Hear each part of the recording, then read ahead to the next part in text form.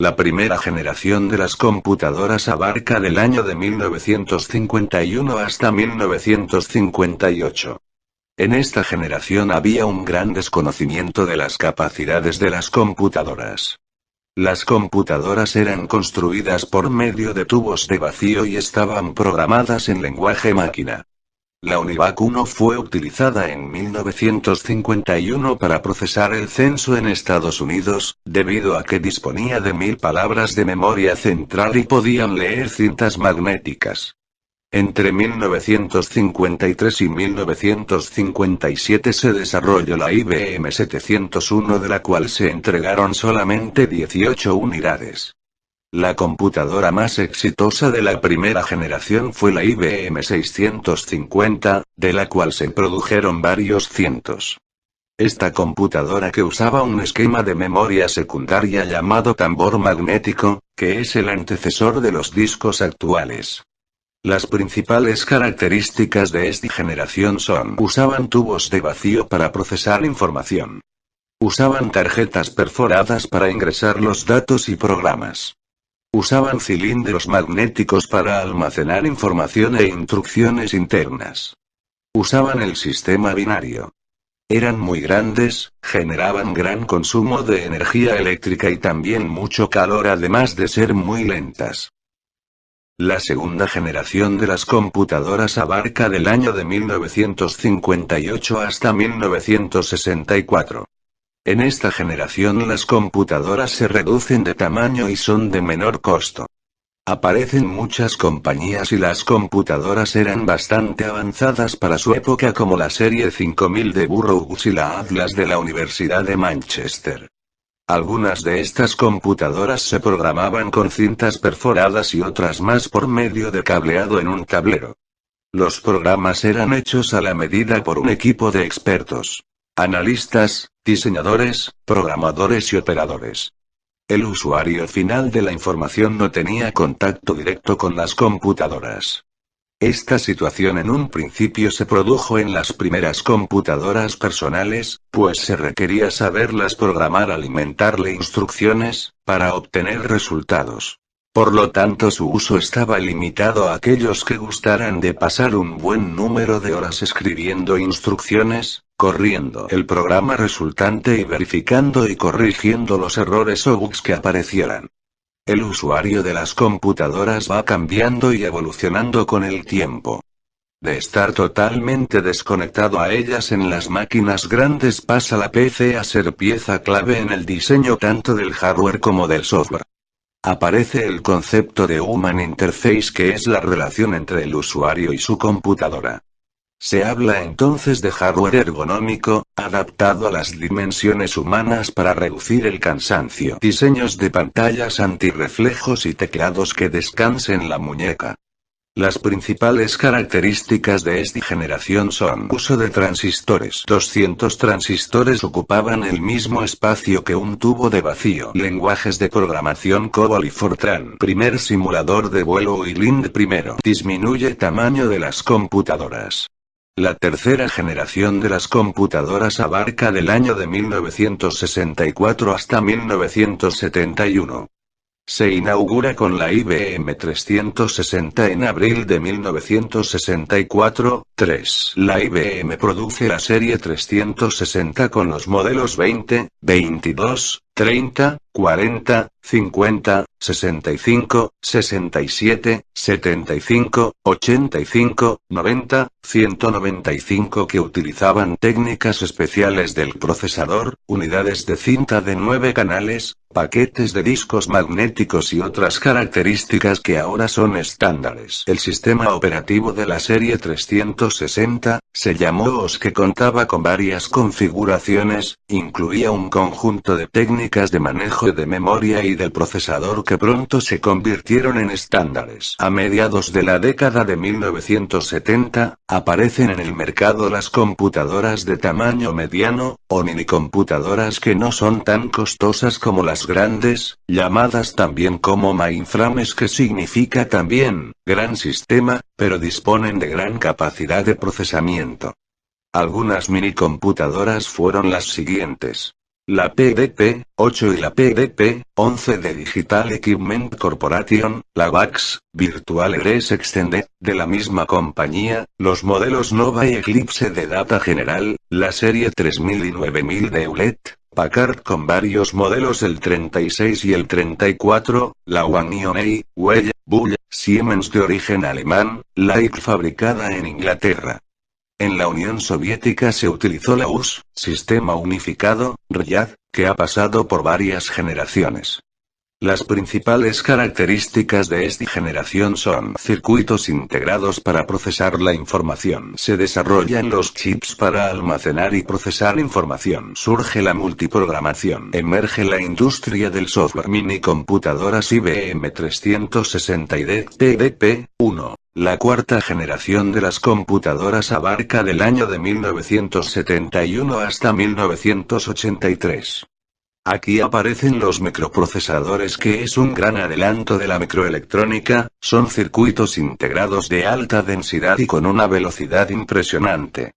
Las microcomputadoras con base en estos circuitos son extremadamente pequeñas y baratas, por lo que su uso se extiende al mercado industrial. Aquí nacen las computadoras personales, que han adquirido proporciones enormes y que han influido en la sociedad en general sobre la llamada revolución informática. En 1976 Steve Wozniak y Steve Jobs inventan la primera microcomputadora de uso masivo y más tarde forman la compañía conocida como la Apple, que fue la segunda compañía más grande del mundo, antecedida tan solo por IBM. Y esta por su parte es aún de las 5 compañías más grandes del mundo. En 1981 se vendieron 800.000 computadoras personales, al siguiente subió a 400.000. Entre 1984 y 1987 se vendieron alrededor de 60 millones de computadoras personales, por lo que no queda duda que su impacto y penetración han sido enormes. Surgen otras aplicaciones como los procesadores de palabra, las hojas electrónicas de cálculo, paquetes gráficos, etc. También las industrias del software de las computadoras personales crece con gran rapidez. Gary Kildare y William Gates se dedicaron durante años a la creación de sistemas operativos y métodos para lograr una utilización sencilla de las microcomputadoras, son los creadores de CP/M y de los productos de Microsoft. Las principales características de esta generación son: se desarrolló el microprocesador, se colocan más circuitos dentro de un chip, las computadoras pueden llevar a cabo ambas tareas de procesamiento o análisis matemáticos. Consumían menos electricidad, por lo tanto, generaban menos calor. Se desarrollan las supercomputadoras. La quinta generación de las computadoras abarca del año de 1984 hasta la fecha. En vista de la acelerada marcha de la microelectrónica, la sociedad industrial se ha dado a la tarea de poner también a esa altura el desarrollo del software y los sistemas con que se manejan las computadoras.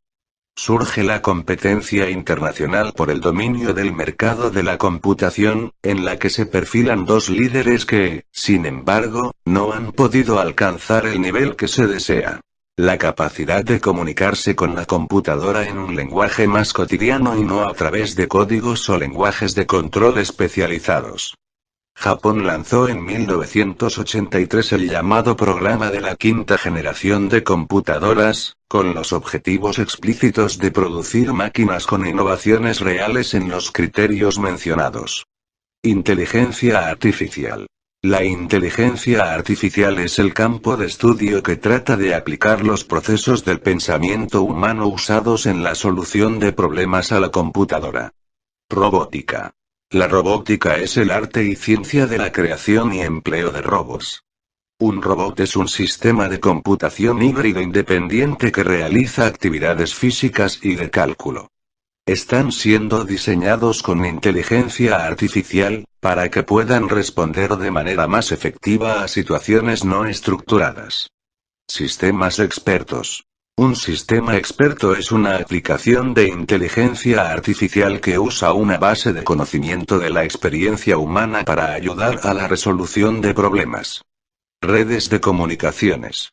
Los canales de comunicaciones que interconectan terminales y computadoras se conocen como redes de comunicaciones. Todo el hardware que soporta las interconexiones y todo el software que administra la transmisión. Las principales características de esta generación son: se desarrolló el microprocesador, se colocan más circuitos dentro de un chip, las computadoras pueden llevar a cabo ambas tareas de procesamiento o análisis matemáticos. Consumían menos electricidad, por lo tanto, generaban menos calor. Se desarrollan las supercomputadoras. Datos curiosos. En 1943 Thomas Watson, director de IBM, declaró: yo creo que hay un mercado mundial para quizá 5 computadoras.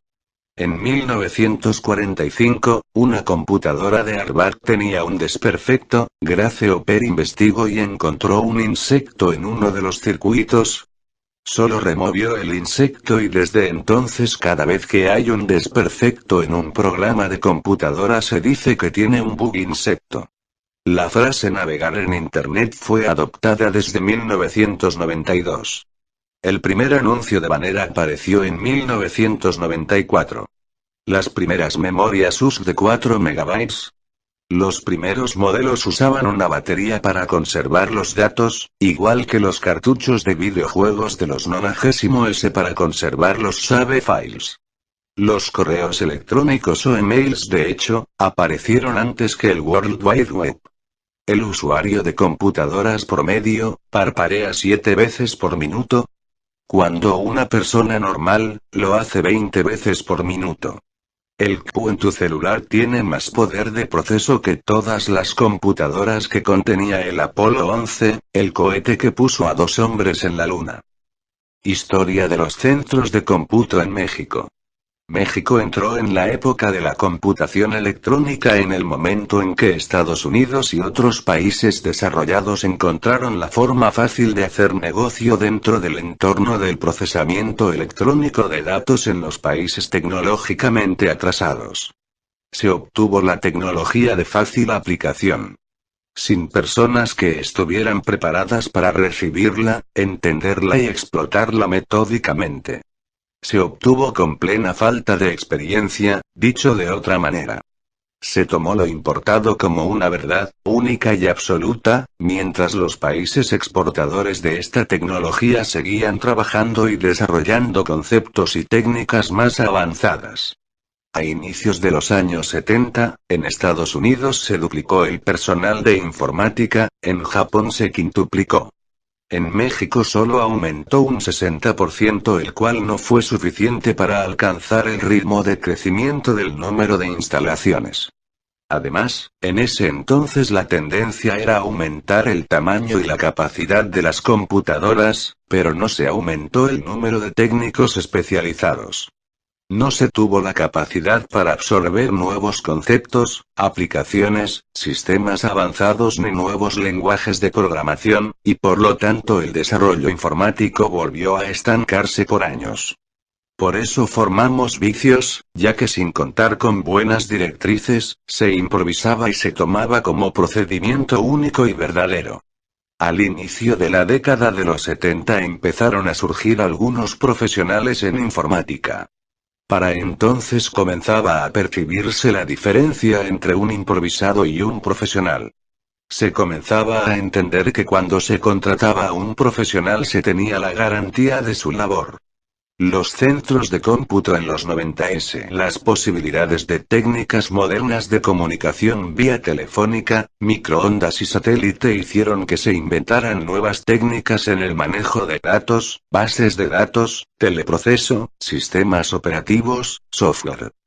Estas técnicas hicieron que las posibilidades de servicio en línea, tiempo real, fueran requeridas por grandes instituciones, bancos, dependencias gubernamentales, empresas privadas, como estrategia de competencia para ofrecer un mejor servicio a sus clientes.